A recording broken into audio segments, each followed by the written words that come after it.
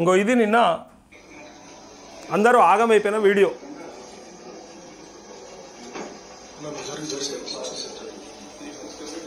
Harish Rao, KTR, Teenmar Mallanna.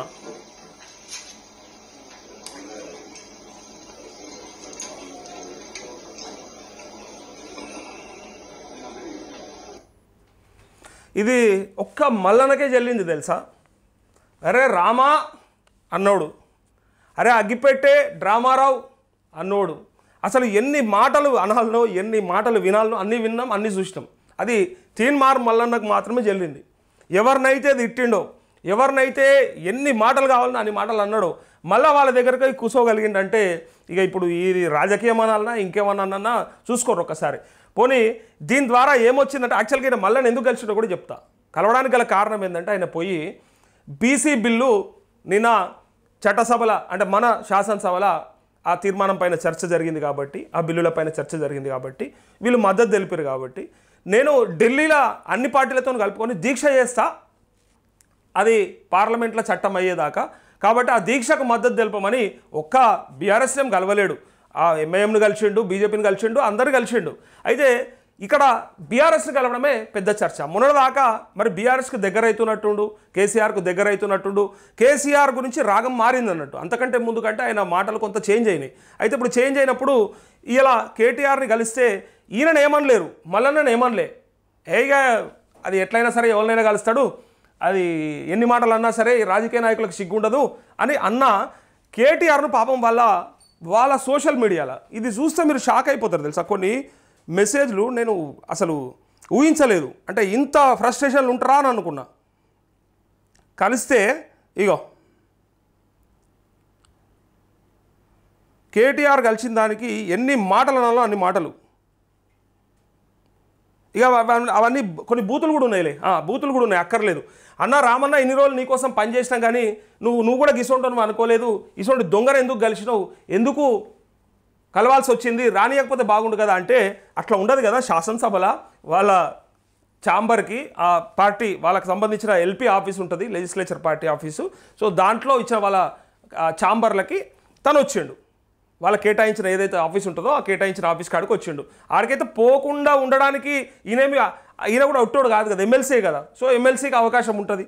So ఆయన కూడా ఇవాళ చట్టసభలలో ఉన్నాడు కాబట్టి, శాసన మండలి సభ్యుడు కాబట్టి పోయిండు, వాళ్ళు కూడా యాక్సెప్ట్ చేశారు. అయితే హరీష్ రావు కూర్చున్న విధానము, ఆయన ఏదైతే ఆయన అంటే ఆయన ముఖ కవలికలు ఏవైతే ఉన్నాయో దాన్ని చూస్తే కొంత సరే మల్లన్న మీద కోపమే ఉన్నట్టుంది, అందుకే సైలెంట్గా ఉన్నాడు అనిపిస్తుంది. కానీ కేటీఆర్ మాత్రం బ్రహ్మాండంగా ఇగో నవ్వుతూ మల్లన్నతో ఏం పెద్దగా అసలు పంచాయతీ లేదన్నట్టు, అంతకంటే ముందు ఆయన ఎవరో తెలియదన్నట్టు, కొత్తగానే ఇప్పుడే పరిచయం అన్నట్టు బ్రహ్మాండంగా కలిసిర్రు. అయితే దీని గురించి విమర్శలు రెండు మూడు రకాల విమర్శలు. ఒకటి, గతంలో మొత్తం వీళ్ళ డైరెక్షన్లోనే మల్లన్న ఇట్లాంటి చేసిండు, కేసీఆర్ మల్లన్న ఒకటే, ఇదే బయటపడ్డది వీళ్ళిద్దరి అక్రమ సంబంధం అని కొంతమంది. కాదు, ఈయన ఎవరితోనైనా కలవడానికి ఎవరితోనైనా పోవడానికి ఈయనకి సిగ్గుశరం ఉండదు అని కొంతమంది. కానీ మరి చట్టసభలల్లో అంటే ఆయన అనేది ఏంటంటే గొంగలి పురుగునైనా సరే నేను ముద్దు పెట్టుకుంటా, తెలంగాణ కోసం కేసీఆర్ ఎవరెవరినైతే కలిసిండో ఇలా నా ప్రజల కోసానికి నేను ఎందుకు గెలవకూడదు, ఇలా వాళ్ళు చట్టసభలో ఉన్నారు కాబట్టి వాళ్ళ ద్వారా నాకు ఎంతో కొంత ఉపయోగపడుతుంది కదా అని చెప్పి మా ప్రజల మంచి కోసానికే కదా, హక్కుల కోసానికే కదా పోతున్నా అని డైరెక్ట్గా తను చెప్పిండు. మొత్తానికి ఇక్కడ చూసిరు కదా, కేటీఆర్ మల్లన్న కలిసి ఇట్లా ఉన్నటువంటి వీడియో ఫోటోలకు నిన్న విపరీతమైన చర్చ.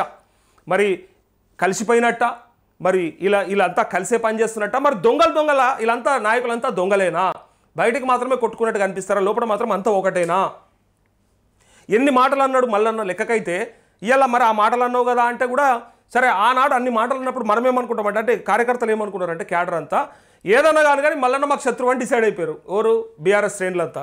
కానీ ఇలా ఏం జరిగింది, మళ్ళా వాళ్ళంతా ఒకటైంది, మనం పిచ్చోళ్ళమైనామని చాలామంది సోషల్ మీడియాలో మెసేజ్లు పెట్టుకుంటూ అసలు మనం ఎందుకన్నా అనుకున్నాం రా నాయన, వీళ్ళంతా ఒకటే, మళ్ళీ మనమే ఆ మధ్యలో ఆగమవుతామని డైరెక్ట్గా అన్నటువంటి ఈ వీడియో చూసి నిన్న చాలామంది చర్చ చేసుకున్నారు. అయితే దీంతో పాటు అయితే వాళ్ళకి అది ఇచ్చిండు, ఏమని రిప్రజెంటేషన్ ఇచ్చిండు, మీరు మాకు మద్దతు తెలపండి అంటే వాళ్ళు సరే బీసీ బిల్లు కోసానికన్నా అంటే బీసీల కోసానికన్నా తెలిపాల్సిన పరిస్థితి వస్తుందేమో అని ఇక కనిపిస్తూ ఉంది.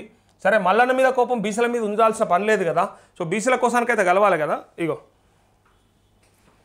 నిన్న కలిసి రిప్రజెంటేషన్ అయితే ఇచ్చాడు. Same Dasoju Shravan MLC, Harish Rao, Lakshma Reddy MLA, Shekhar Reddy కూడా తీసుకున్నారు ఇద్దరికి. సో ఆయన ఎమ్మెల్సీ హోదాలు ఇచ్చిండు. కానీ ఒకప్పుడు వీళ్ళని చూస్తే ఏమనుకున్నారంటే ఇక జన్మల వీళ్ళు కలవరేమోరా నాయన, వీళ్ళు అసలు వీళ్ళ మధ్యలో ఎట్టి పరిస్థితుల్లో ఒక మాట కూడా ఉండదు, ముచ్చట కూడా ఉండదు, ముందర కలుసుకుంటే కత్తులు నూరుతురు కదా, ఏడగొట్టుకొని చచ్చిపోతారు అని అనుకున్నారు అందరు కూడా. చూసిరా ఇప్పుడని అర్థమైందా? ఎవరైతే నాయకులని నెత్తిన పెట్టుకొని ఊరేగుతారు చూసిరా. ఈ రాజకీయం తెలుసుకోవాలని నేను కొన్ని వందల సార్లు చెప్పుంటా. వాళ్ళంతా ఒకటే ఉంటారు. సరే ఇది ఇప్పుడు సందర్భం కాబట్టి నేను వీళ్ళని తప్పుపడతలే వాళ్ళని తప్పుపడతలే. ఎవరైనా సరే రేపు మళ్ళీ రేవంత్ రెడ్డి కేటీఆర్ కూడా కలుసుకునే సందర్భం ఉంటుంది. మధ్యలో పిచ్చోడు అయ్యేది నువ్వు నేను అంతే. అర్థం చేసుకోవాలి పబ్లిక్. ఇది మేము 100 సార్లు చెప్తాం. మాకు కలుస్తారు కదా, మాకు కనిపిస్తారు కదా. ఇప్పుడు ఆన్ రికార్డ్ కెమెరాలోనే కనిపించేది కాదు కదా, కెమెరా పక్కపొంటి కూడా వాళ్ళు ఏమంటుంటారు, ఏం మాట్లాడుకుంటారు, మాతో ఎట్లుంటారు, మేము అడిగిన దానికి వాళ్ళు ఏం చెప్తారు, ఇవన్నీ క్లారిటీ ఉంటుంది కదా. సో దీన్ని బట్టి ఇప్పుడు మీకు అర్థం కావాలని చెప్తున్నాను నేను. ఎన్నోసార్లు మేము చూసినాం కాబట్టి వాళ్ళంతా ఒకటే. రాజగోపాల్ రెడ్డి అయితే రేవంత్ రెడ్డిని ఎగరెగిరి తంతా అని చెప్పిండు. వినలేదా? చూసినాం కదా మనమే. ఇంకా అంతకంటే గొప్ప మాటలు అన్నాడు. ఇంకా ఎంత ఎగరెగిరి కొడతావు, ఎంతునో నువ్వెంత, నీ హైట్ ఎంత అని ఇష్టం ఉన్నట్టుగా ఎన్ని మాట్లాడాలో అని మాట్లాడాడు. మళ్ళీ ఇలా కలిసే ఇవ్వాల బ్రహ్మాండంగా కలిసే పనిచేస్తూ ఉన్నారు. అంటే రాజకీయ నాయకులంతా ఒకటే.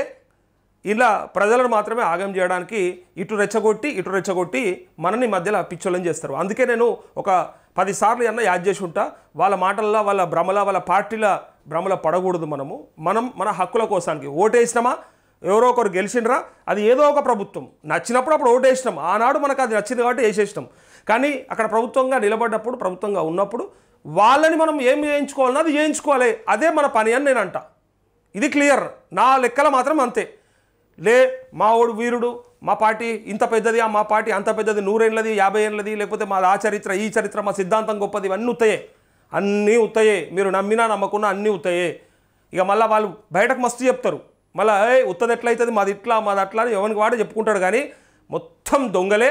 అందరికీ కావాల్సింది పదవులే, ఎవరికైనా సీట్లే కావాలి. ఇలా ఎమ్మెల్సీ జీవన్ రెడ్డి ఇప్పుడు మాట్లాడాడు మనతోని.